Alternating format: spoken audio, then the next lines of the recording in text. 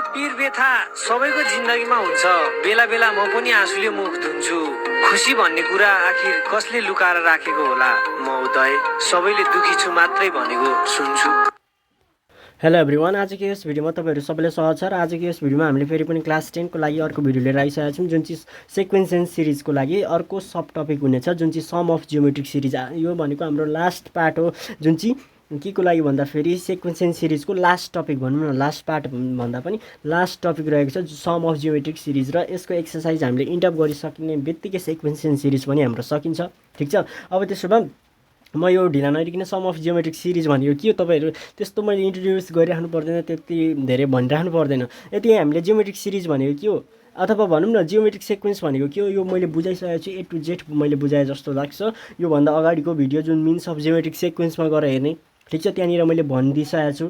अब geometric series भनेको के हो, अब जियोमेट्रिक सिक्वेन्स लिइदिन्छु एउटा। अब जसले बुझेको छ त्यसले त बुझेको, यहाँनिर म अब धेरै बुझाउने कुरा पनि आउँदैन किनकि टाइम लस हुन्छ। सो त्यही भएर चाहिँ तपाईँहरू योभन्दा अगाडिको इन्ट्रोडक्सन टु भनौँ न के थियो त भन्दाखेरि मिन्स अफ जियोमेट्रिक सिक्वेन्सको पार्टको इन्ट्रोडक्सन पार्ट हेर्नु होला है त। सो अब यहाँनिर मैले लिएँ यो के हो त, एउटा 2, 4, 8, 16 यो कमन इक्जाम्पल है। यो जियोमेट्रिक सिक्वेन्स जसले पनि बुझ्छ। यो यदि जियोमेट्रिक सिक्वेन्स हो भने यसलाई कि त 2 + 4 + 8 + 16 + 32 प्लस ड्यास ड्यास ड्यास यसरी गर्दा पनि हुन्छ।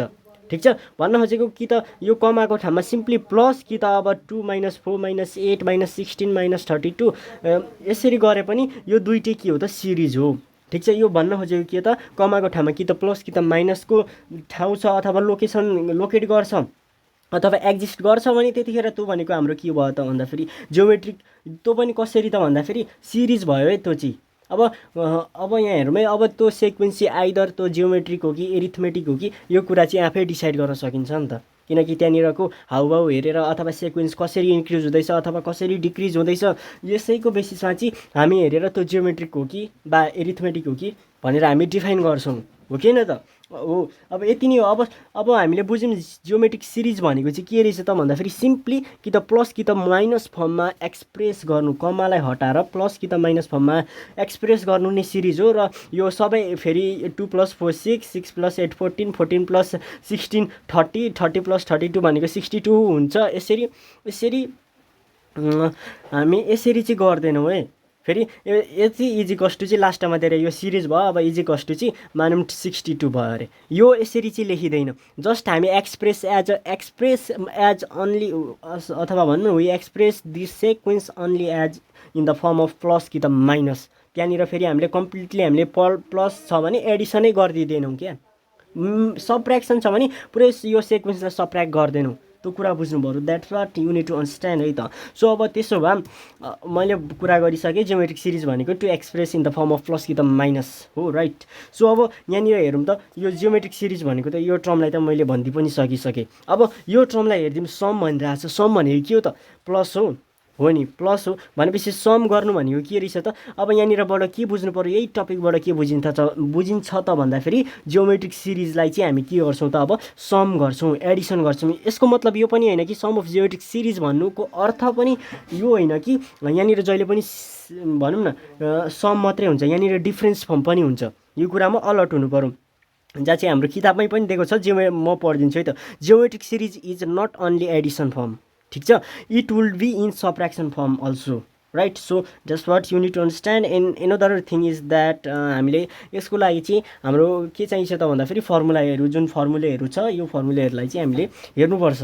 अब यसको लागि म डिराइभ गरिराख्नु पर्दैन, हामीले त्यस्तो इन डेप्थ हामी गइराख्नु पर्दैन। हामीले सिम्पल म फर्मुलाले यहाँनिर देखाइदिन्छु। अब कति बेला के हाल्ने र कति बेला कुन हाल्ने, के हाल्दा फेरि बेटर हुन्छ, के नहाल्दा फेरि राम्रो हो भन्ने कुराहरूको बारेमा हामी चर्चा गर्छौँ। अनि त्यस पछाडि हामी एक्सर्साइज जान्छौँ।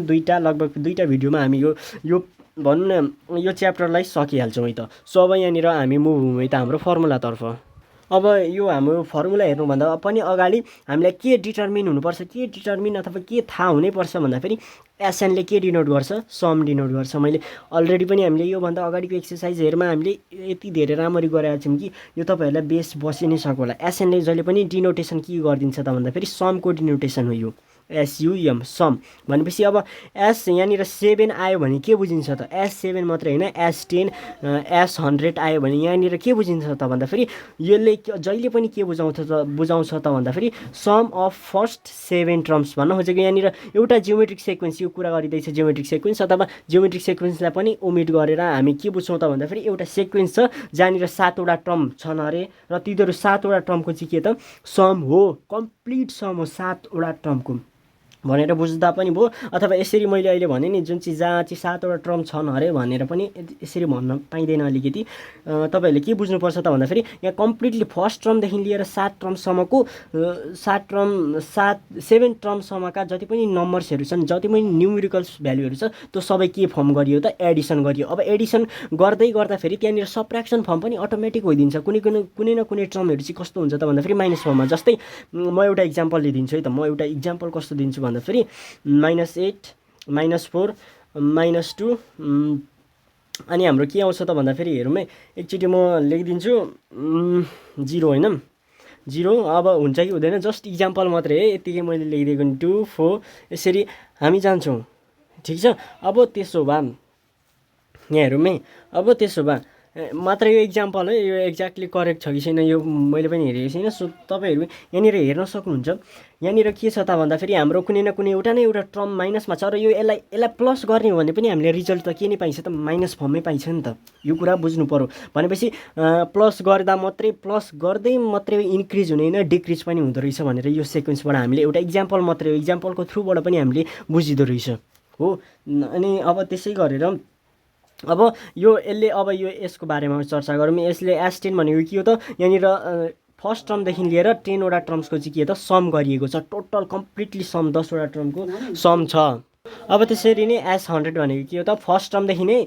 यो जहिले पनि बुझ्दाखेरि 100 छ भने S100 छ भने फर्स्ट टर्मदेखि 100 टर्मसम्मको कम्प्लिट सम तिनीहरूको फर्स्ट टर्मदेखि इट्सेल्फ फर्स्ट टर्मदेखि लिएर 100 टर्म इट्सेल्फ 100 टर्म इन्क्लुड भएको सबै टर्महरूको सम नै के हो त सम नै के हो S100 भनेर हामीले डिनोट गरिदिन्छौँ ठिक छ यसरी बुझ्नु पर्यो अब भनेपछि अब कुरा गर्छु हेरौँ है यदि हामीले अब सिम्पली हाम्रो सम गर्ने जियोमेट्रीमा भनेको SN बराबर चाहिँ के हुन्छ त भन्दाखेरि AR पनि हुँदैन यसरी बुझ्दा पनि हो SN इज टु A अनि times R to the power N अनि -1 डिभाइडेड बाई R -1 यो एउटा जेनरल फर्मुला हो जुन चाहिँ सम निकाल्ने कतिखेर भन्दाखेरि जब हामीले फर्स्ट टर्म थाहा होस् अनि कमन रेसियो थाहा होस् अनि नम्बर अफ टर्म्स थाहा होस् ठिक छ भनेपछि तीनटा कुरा थाहा हुनुपर्छ 1 2 3 तीनटा कुरा थाहा हुनु पर्दो रहेछ के थाहा हुनु पर्दो रहेछ त भन्दाखेरि फर्स्ट टर्म A थाहा हुनु पर्दो रहेछ अनि हामीले के पनि थाहा हुनु पर्दो रहेछ त भन्दाखेरि कमन रेसियो मैले भनिराख्नु पर्दैन अब कमन रेसियो भनेको के हो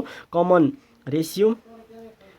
रेसियो R थाहा हुनु पर्दो रहेछ अनि त्यसै गरेर नम्बर अफ टर्म्स थाहा हुनुपर्छ नम्बर अफ टर्म्स एन अब मिन्सको कुरा गरिँदै थियो भने त यो स्मल एनले के इन्डिकेट गर्थ्यो त भन्दाखेरि नम्बर अफ मिन्स भने बिगर अथवा क्यापिटल एनले चाहिँ हाम्रो नम्बर अफ टर्म्स डिनोटेसन गर्थ्यो भने यो सम अफ जियोमेट्रिक सिरिजमा चाहिँ यसरी डिनोट गरिन्छ अब यो कन्फ्युजन हुन्छ कतिखेर चाहिँ हामीले स्मल एन भनेर थाहा पाउनु भन्ने हुन्छ यदि मिन्सको कुरा गरिँदैछ क्वेसनले भने स्मल एन भनेकै नम्बर अफ मिन्स भनेर बुझ्नु पर्यो मिन्सको कुरा गर्दैछ मिन्सको कुरा छैन यहाँनिर भनेपछि स्मल एन नै टोटल नम्बर अफ टर्म्स भनेर बुझ्नु पर्यो है त सो अब जब हामीलाई यो हाम्रो फर्स्ट टर्म थाहा हुन्छ कमन रेसियो थाहा हुन्छ र नम्बर अफ टर्म्स त्यहाँनिर कतिवटा छ त्यो सबै थाहा हुन्छ भने हामीले सम निकाल्ने त्यो जियोमेट्रिक सिक्वेन्सको सम निकाल्नको लागि फर्मुला हामीले डिरेक्टली यो एप्लाई गर्न सकिन्छ R to the power N अनि -1 यो एनले के डिनोट गरिदिन्छ नम्बर अफ टर्म्स ठिक छ अनि divided by R -1 common ratio first term ठिक छ यति नै बुझ्नु पर्यो धेरै पनि बुझ्नु परेन अब नेक्स्ट फर्मुला हेर्छौँ जुन चाहिँ हाम्रो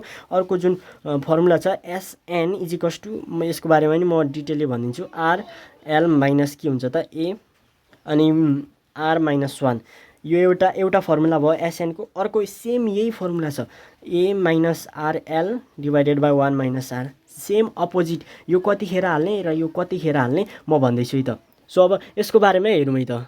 अब यहाँ हेरौँ है, यो फर्मुला कतिखेर, यो दुइटै फर्मुला सेम हो, यो कोरिलेटेड गरेको मात्रै हो, यो कतिखेर हाल्ने यो कतिखेर हाल्ने अहिले म भनिदिन्छु। अब सबैभन्दा सुरुमा यहाँ कुरा गरौँ, यो फर्मुला यो दुईटा फर्मुला एप्लाई गर्नको लागि के थाहा हुनुपर्छ त भन्दा फेरि नम्बर अफ टर्म्स यहाँ थाहा भइराख्नु परेन, मात्र हामीलाई चाहियो एल भनेको लास्ट टर्म, हामीलाई के चाहिँदो रहेछ लास्ट टर्म, लेख्ने यसरी नै लास्ट टर्म चाहिँदो रहेछ, यो ए भनेको फर्स्ट टर्म र कमन रेसियो भनेपछि यहाँ पनि तिनटै कुरा चाहिने रहेछ, जुन चाहिँ लास्ट टर्म कमन रेसियो र फर्स्ट टर्म। यदि यिनीहरू नोन छ भने त्यो जियोमेट्रिक सिक्वेन्स होल जियोमेट्रिक सिक्वेन्सको हामीले के गर्छौँ त भन्दाखेरि सम निकाल्न सक्छौँ। अनि त्यसै गरेर यो पनि सिमिलर टाइप हो, यो र यो किन यस्तो भयो, यो यसको यो चाहिँ यस्तो छ, यो चाहिँ यस्तो किन भयो भन्दाखेरि हेरौँ है, जब यहाँनिर हेरौँ है, जब यो फर्मुला कतिखेर हाल्न पाइन्छ त भन्दाखेरि जब आर इज ग्रेटर देन 1 भन्न खोजेको कमन रेसियो 1 भन्दा धेरै छ भने यो फर्मुला हाल्नु पर्यो, 1 भन्दा ठुलो छ भने यो फर्मुला हाल्नु पर्यो। When common ratio is greater than 1, अब यो फर्मुला चाहिँ कतिखेर हाल्ने भन्दाखेरि when common ratio is less than 1 भन्न खोजेको 1 भन्दा लेस छ अथवा माइनस फर्ममा आइदिइरहेछ यो माइनस गर्दा भने त्यतिखेर चाहिँ 1 सुरुमा लेख्ने माइनस आर लेख्ने, अनि यो यसरी नै हो, यो कुरा बुझिहालिन्छ। ठिक छ, यति नै कुरा हो हामीले बुझ्नुपर्ने, अरू कुरा त तपाईँहरू आफै गर्न सकिन्छ र अझै हामीले एक्सर्साइज गर्दा फेरि अझै राम्ररी बुझ्छौँ है त। सो आजको यस भिडियोमा चाहिँ मैले थोरै इन्ट्रोड्युस मात्रै गरिदिएको हो।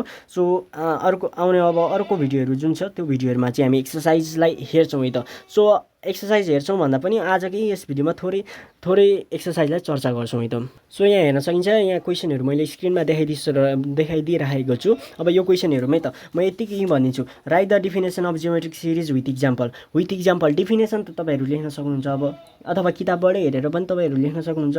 ठिक छ, अब यो त भइहाल्यो। अब एउटा इक्जाम्पल दिन त तपाईँहरूले सक्नुहुन्छ, जियोमेट्रिक सिक्वेन्स बुझेको छ भने त्यो सिक्वेन्स लेख्न सक्यो र सिक्वेन्सलाई सिरिजको फर्ममा कसरी एक्सप्रेस गर्ने मैले अघि नै भनिसकेको छु, अथवा कस्तो फर्ममा एक्सप्रेस गरिदिँदा चाहिँ त्यो के हुन्छ त भन्दाखेरि सिरिज हुँदो रहेछ, त्यो फर्म बुझि नै हाल्नुभएको छ। सो त्यसरी तपाईँहरू सिरिजमा चाहिँ एक्सप्रेस गरिदिनु एउटा इक्जाम्पल दिएर सिक्वेन्सको। अनि त्यसै गरेर बीमा भनौँ, write the formula to find the sum of geometric sequence having the first term A common ratio are and number of terms. अघि मैले कुरा गरेँ कि अहिले भर्खर कुरा गरेको जुन हाम्रो फर्मुला थियो SN is equals to A times R to the power N minus 1 divided by R minus 1 हो कि होइन यसको लागि फर्मुला। सो अब त्यसै गरेर सी नम्बरको लागि right the formula to find the geometric sequence sum of geometric sequence चाहिँ having the first term A common ratio are and last term l. यो पनि अहिले भर्खर कुरा गरेको जुन चाहिँ एसएन इज इक्वल्स टु के थियो त ए, दुईवटा फर्मुला थियो, यसको दुईटै फर्मुला लेखिदिँदा नि हुन्छ। तपाईँहरूले के लेख्नुहोस् त भन्दाखेरि SN is equals to AL minus 1 divided by R minus 1 हुन्छ एउटा फर्मुला, 1 भनिन्छ है, sorry SN is equals to हाम्रो के थियो त फर्मुला भन्दाखेरि एआर माइनस ए थियो नि त, एआर भन्छु खालि AL minus A by R minus 1 एउटा formula, SN is equals to A minus AL by 1 minus R थियो, हो त्यो दुईवटा फर्मुला यहाँनिर लेखिदिने। अनि डी नम्बरमा what are the meaning of a and r, what are the meaning of a and r in the formula of the sum of n geometric series. A र r भनेपछि के हो भन्न खोजिरहेको छ, ए भनेको फर्स्ट टर्म र आर भनेको कमन रेसियो। अब त्यसै गरेर नेक्स्ट फेजमा छ 2 नम्बरमा सर्कल द करेक्ट एन्सर, यो आफै गर्ने होइन। अब अर्को भिडियोमा चाहिँ हामी क्वेसन नम्बर 3 देखि यताको क्वेसनहरूलाई हेर्छौँ है त। So that's all for today's video.